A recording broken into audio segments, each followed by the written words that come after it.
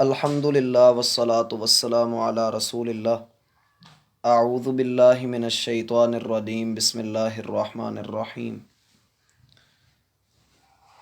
دنیا داری کے حوالے سے لوگ دو گروہوں میں تقسیم ہو جاتے ہیں۔ پہلا وہ گروہ جو اللہ کی رضا کا متلاشی ہوتا ہے، اور دوسرا وہ جنہیں اس بات سے کوئی سروکار نہیں کہ اللہ راضی ہے یا ناراض ہے۔ وہ فقط اس لیے زندگی گزارتے ہیں کہ ان کی زندگی میں کسی بھی قسم کی کوئی کمی نہ ہو، اور کسی بھی طرح سے وہ لوگ دنیا کے اندر نچلے درجے پہ نہ جائیں۔ اسی لیے رسول اللہ صلی اللہ علیہ وسلم نے ہمیں دنیا داری چھوڑنے کی تلقین بھی کی ہے، اور یہ اس بات کی طرف بھی آپ علیہ الصلاۃ والسلام نے اشارہ دیا ہے کہ لوگ کس طریقے سے اللہ رب العالمین سے دور ہوتے ہیں۔ صحیح بخاری کی ایک روایت ہے، نبی صلی اللہ علیہ وسلم فرماتے ہیں، ان ھذا المال خاضرۃ حلوۃ، یہ مال سرسبز ہے اور بڑا ہی میٹھا ہے۔ اور اس کی مثال آپ علیہ الصلاۃ والسلام نے اس جانور کی مثال کی طرح دی کہ موسم بہار میں اگنے والی جو گھاس ہے وہ جانوروں کو بڑی مرغوب ہوتی ہے۔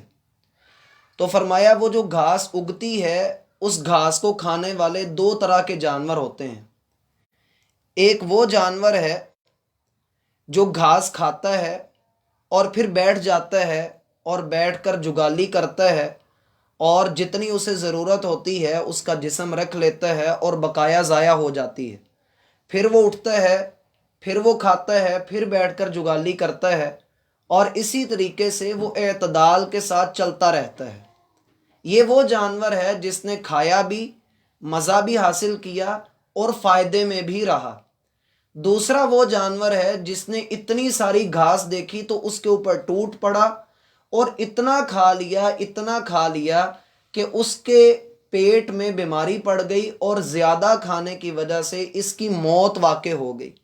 یہی حال دنیا والوں کا ہے کہ دنیا والے کچھ لوگ ایسے ہیں جو اعتدال کے ساتھ چلتے ہیں اور دنیا کے اندر وہ اللہ سبحانہ و تعالیٰ کے دیے ہوئے حکم کے مطابق تصرف کرتے ہیں، اور کچھ لوگ وہ ہیں جنہوں نے اس دنیا کو اپنا مطمع نظر بنا کر اتنا کھاتے ہیں کہ جس کا کوئی حساب نہیں، اور بالآخر وہ کھا کر اتنے آپھر جاتے ہیں کہ ان کی موت واقع ہو جاتی ہے۔ صحیح بخاری ہی میں ایک روایت آتی ہے، نبی صلی اللہ علیہ وسلم فرماتے ہیں، تعیس عبد الدینار والدرہم، پیسے اور روپے کا بندہ تباہ و برباد ہو جائے۔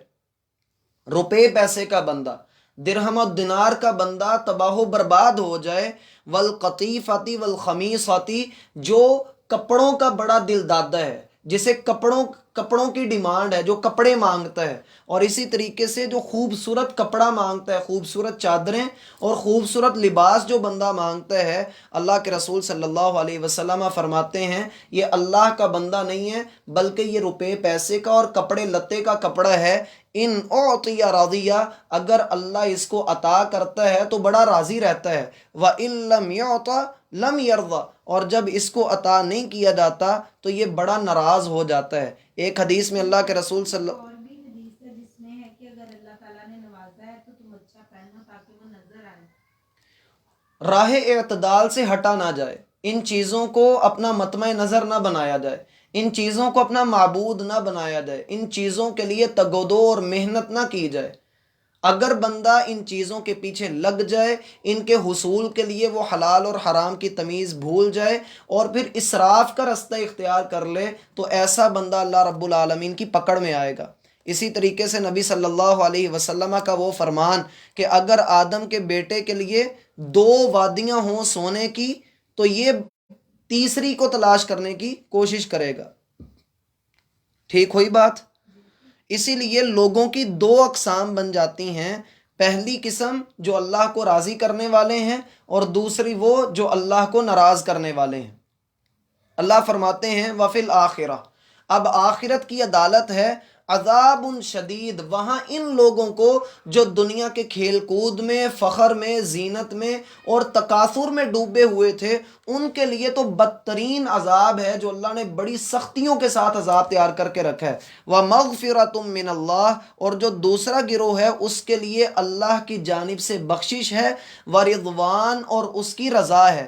بخشش ان کی کمی کوتاہی کی، دنیا انہوں نے بھی کمائی لیکن راہ اعتدال سے نہیں ہٹے، وہ معتدل رہے، انہوں نے دنیا پرستی میں اپنے آپ کو مبتلا نہیں کیا، نہ ہی وہ خواہشات نفس کے اسیر بنے، بلکہ انہوں نے اللہ سبحانہ و تعالیٰ کی رضا کے لیے اپنا دن رات ایک کر دیا، اور ایسے لوگوں کو اللہ کی رضا بھی ملتی ہے اور اللہ کی طرف سے بخشش بھی ملتی ہے۔ اور آخر پر اللہ نے دونوں گروہوں کو خبر دی، وَمَا الْحَيَاةُ الدُّنْيَا إِلَّا مَتَاعُ الْغُرُورِ، اور نہیں ہے یہ دنیا کی زندگی سوائے دھوکے کے سامان کے۔ یہاں غرور غین کے پیش کے ساتھ آیا ہے، غرور بمانا بہت زیادہ دھوکا، سوائے دھوکے کے اور کچھ بھی نہیں ہے۔ یہ متاع ہے، متاع کہتے ہیں فائدے کی چیز کو۔ نبی علیہ الصلاۃ والسلام نے فرمایا کہ الدنیا کلھا متاع، دنیا سارے کی ساری جگہ فائدے کی جگہ ہے، فائدہ حاصل کرنا چاہیے۔ دیکھیے اللہ رب العالمین نے اگر صلاحیتیں دی ہوں تو بندے کو ان کو بروئے کار لا کر ان سے فائدہ حاصل کرنا چاہیے، لیکن یہ کہنا کہ جو مجھے حاصل ہوا ہے اب وہ میرا ہی ہے، اور اس کے اوپر سانپ بن کر بیٹھ جانا اور اللہ کے راستے میں نہ نکالنا، اور پھر اس چیز کے اوپر جو ہے وہ تکیہ کر لینا، دنیا کے پیچھے لگ جانا، تو ایسے بندے کو اللہ رب العالمین خبر دے رہے ہیں کہ یہ سوائے دھوکے کے اور کچھ نہیں۔ دھوکہ کس بات کا ہے؟ دھوکہ اس بات کا ہے کہ تم جو اس چیز کو سمجھتے ہو کہ یہ ہمیشہ رہے گی، ایسا ممکن نہیں ہے، اس دھوکے میں نہ پڑو۔ دنیا کو فنا ہے، ہم دیکھتے ہیں کہ جیسے کسان اپنی فصل کاٹ لیتا ہے تو فصل جو کھڑی تھی وہ کٹ گئی، وہ فنا ہو گئی۔ اسی لیے تو نبی صلی اللہ علیہ وسلم فرماتے ہیں کہ آدم کا بیٹا کہتا ہے کہ میرا مال میرا مال، حالانکہ اس کا مال تو وہ ہے جو اس نے کھا لیا، جو اس نے پہن لیا اور جو اس نے خرچ کر لیا، اس کے سوا اس کا مال اور کچھ بھی نہیں ہے۔ یہ نہ ہو کہ دنیا میں تم اپنا مال سمیٹ سمیٹ کر رکھتے ہو اور جب موت کا وقت آئے تو تم کہو کہ اتنا فلاں کے لیے، اتنا فلاں کے لیے، اس وقت کا کیا ہوا صدقہ قبول نہیں، اس لیے کہ جتنا جتنا تم کسی کے نام لگا رہے ہو اتنا اتنا اس کو مل ہی جانا ہے ویسے بھی۔ ٹھیک ہوئی بات؟ اسی لیے نبی صلی اللہ علیہ وسلم نے فرمایا کہ جب بھی تم کھاؤ پیو تو اس طرح سے کھاؤ، ثلث لطعامہ، ایک حصہ، تین حصوں میں کھانا پینا ہے۔ ایک حصہ یہ کہ تم اپنا کھانا کھاؤ، ایک حصے میں پانی پیو، اور ایک حصے میں سانس لو۔ دنیا کی مثال بھی اسی طرح ہے کہ دنیا کو آپ اتنا لیں جتنی آپ کی ضرورت ہے۔ اگر آپ ضرورت سے آگے بڑھ کر چلتے ہیں تو آپ نے اس حدیث کو سمجھا نہیں جس میں اللہ کے رسول کا فرمان ہے کہ دنیا میں اس طرح سے رہو جیسے ایک مسافر رہتا ہے۔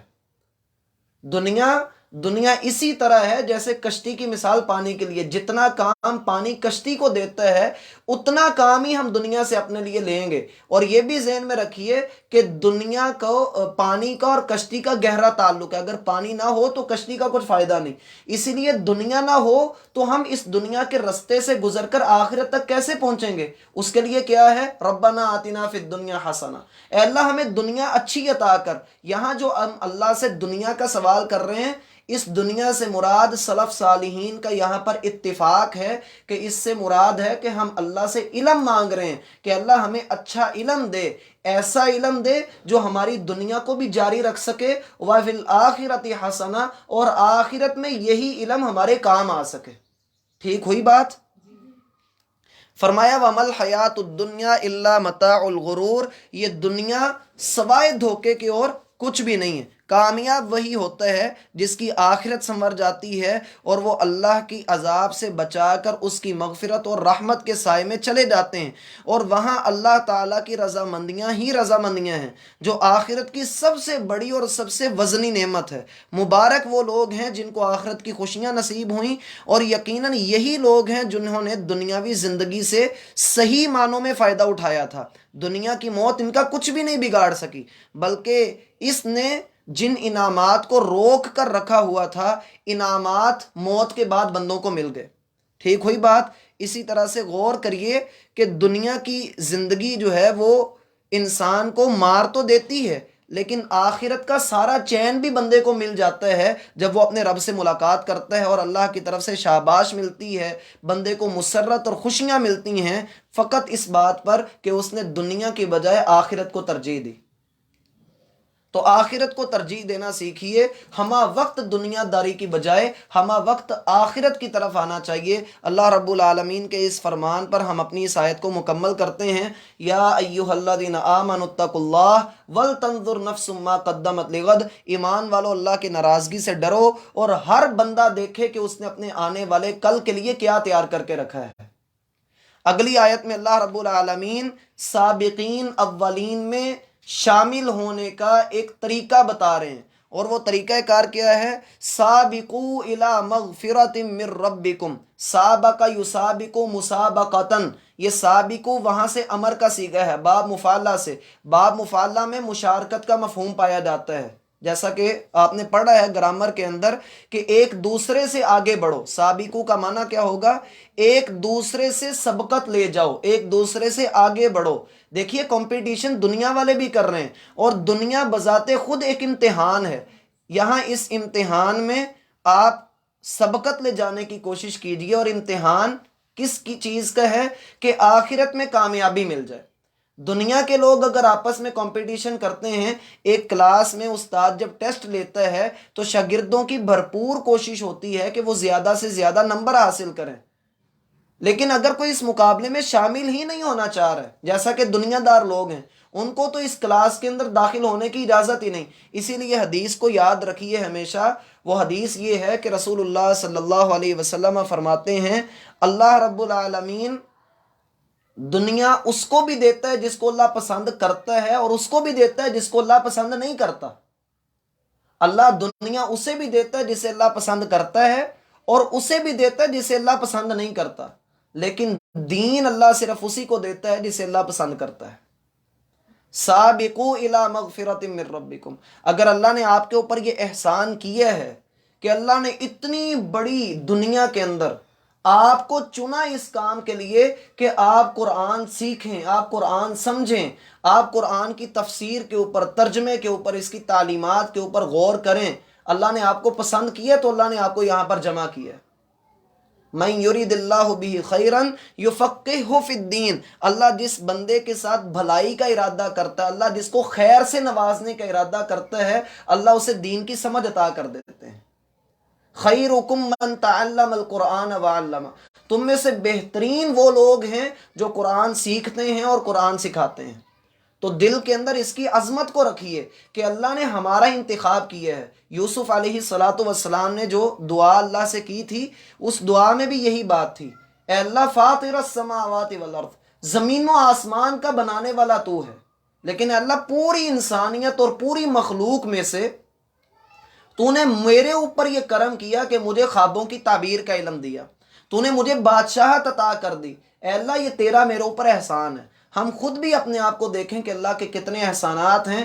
جب بندہ اللہ کے احسانات کو یاد کرتا ہے تو تشکر کے جذبات سے اس کی گردن جھکتی چلی جاتی ہے، وہ اپنے مالک کے ساتھ محبت کے ایسے رشتے میں آ جاتا ہے کہ جس میں وہ سجدہ کرتا ہے تو اس کا دل نہیں کرتا کہ میں اپنا سر سجدے سے اٹھاؤں، وہ نماز کے لیے کھڑا ہوتا ہے تو اپنے رب کے ساتھ یوں بات کر رہا ہوتا ہے جیسے دو دوست آپس میں بات کرتے ہیں۔ اسی لیے تو سیدنا عثمان رضی اللہ عنہ سے پوچھا گیا کہ آپ اپنے گھر میں کیا کرتے ہیں؟ تو کہا میں سارا دن جو ہے وہ قرآن اور نماز کا اہتمام کرتا ہوں۔ کہا وہ کس طرح سے؟ کہنے لگے جب میرا دل کرتا ہے کہ اللہ مجھ سے باتیں کرے تو میں قرآن پڑھنے لگ جاتا ہوں، اور جب میرا دل کرتا ہے کہ میں اللہ سے باتیں کروں تو میں نماز ادا کرنے لگ جاتا ہوں۔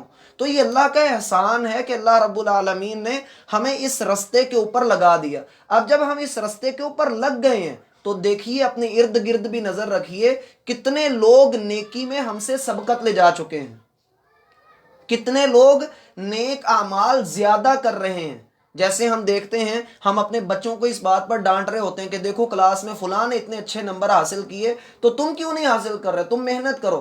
ایسے ہی ہم بھی دیکھیں کہ فلاں بندہ روز تہجد ادا کرتا ہے، میں کیوں نہیں تہجد ادا کر رہا؟ فلاں بندہ نماز پابندی سے ادا کر رہا ہے، میں کیوں نماز میں کوتاہی کر رہا ہوں؟ فلاں بندہ ذکر و اذکار کا اتنا پابند ہے کہ وہ اپنے ذکر و اذکار نہیں چھوڑتا، میں کیوں ان کو ترک کر رہا ہوں؟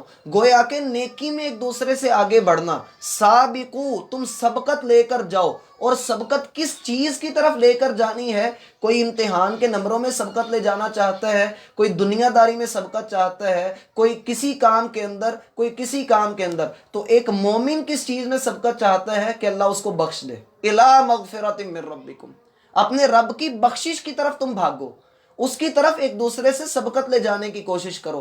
گویا وہ اعمال کرو جن کے کرنے سے اللہ رب العالمین کی بخشش، اللہ کی مغفرت، اللہ کی رضا، اللہ کی رحمت، اللہ کی طرف سے جنت، اللہ کی طرف سے شاباش، اور اللہ سبحانہ و تعالیٰ ایسے بندوں پر فخر کرتے ہیں۔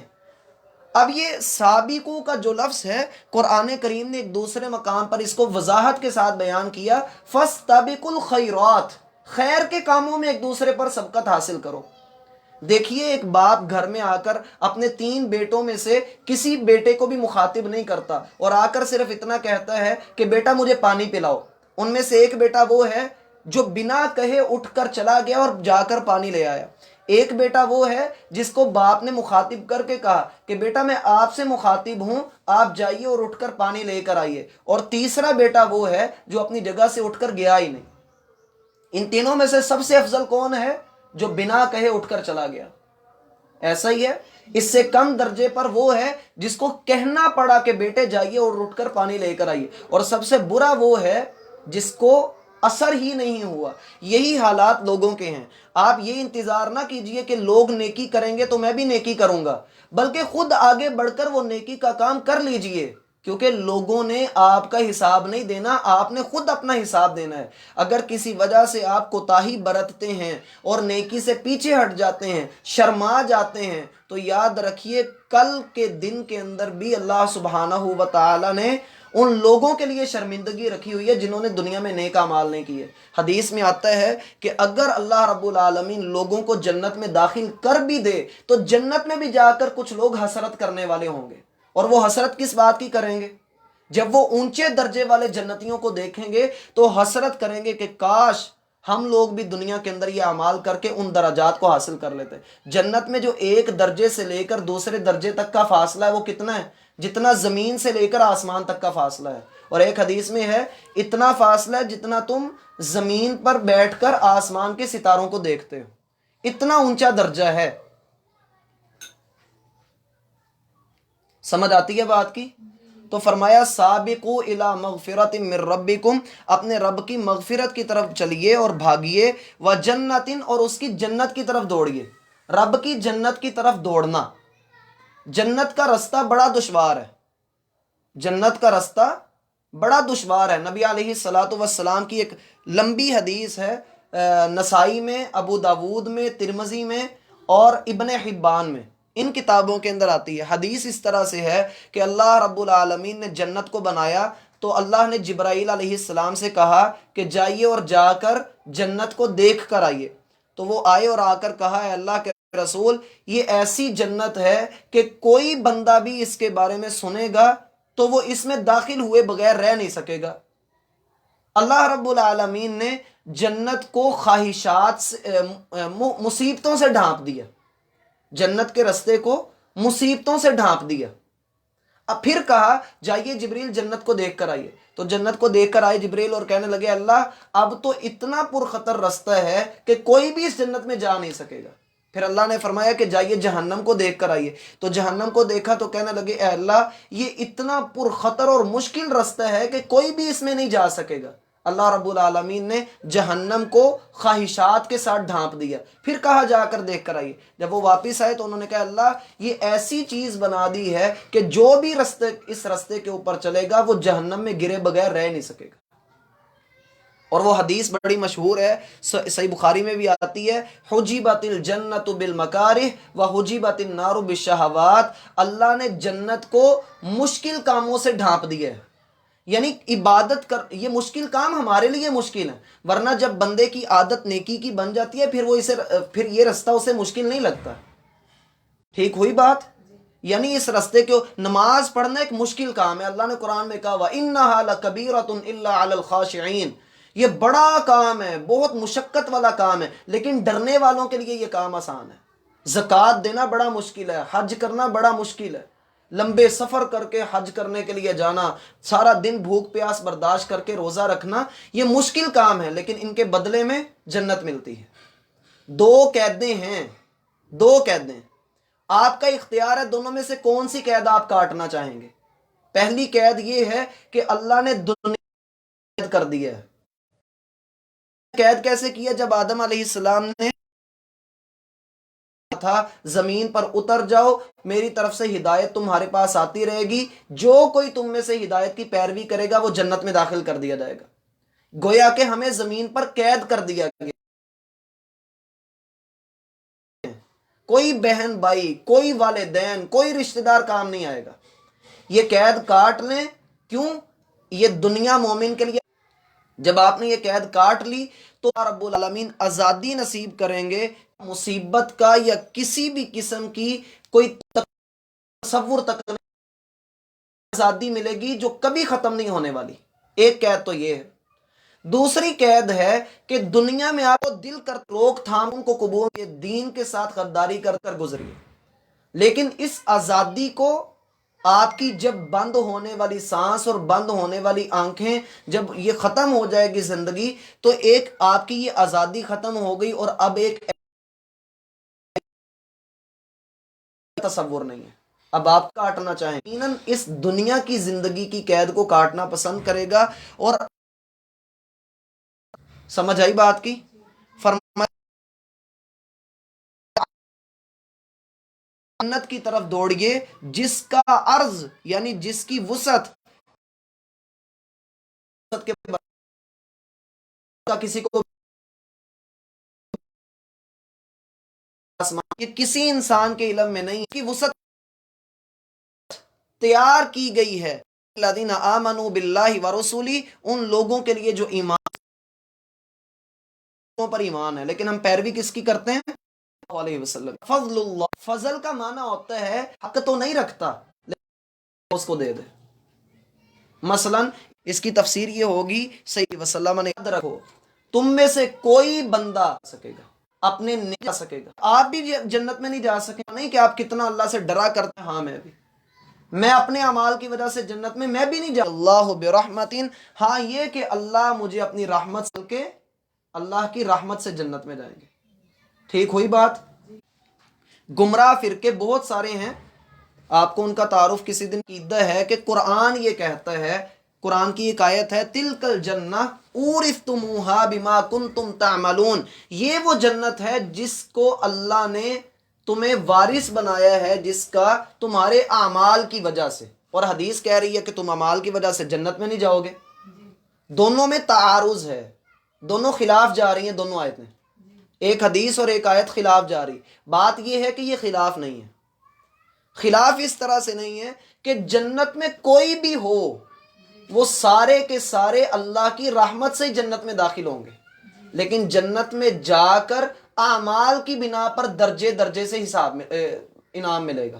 اب جو درجہ اللہ کے رسول کو ملنا ہے کیا وہ عام جنتی کو بھی ملے گا؟ کبھی بھی نہیں.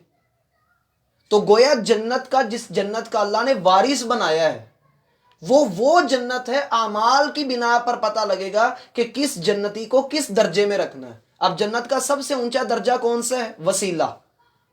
جنت میں ایک مقام ہے اس کو وسیلہ کہتے ہیں. اللہ کے رسول صلی اللہ علیہ مقام محمود ہے, وہ مقام